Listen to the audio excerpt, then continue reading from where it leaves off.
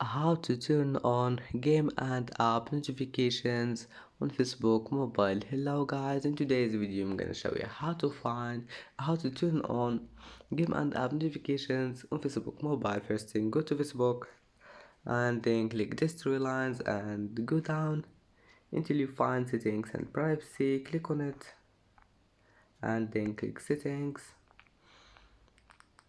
and go down until you find this one, apps and websites. And as you see here, you can find this one. Just click turn on and click turn on again. And as you see now, game and app notifications have been turned on.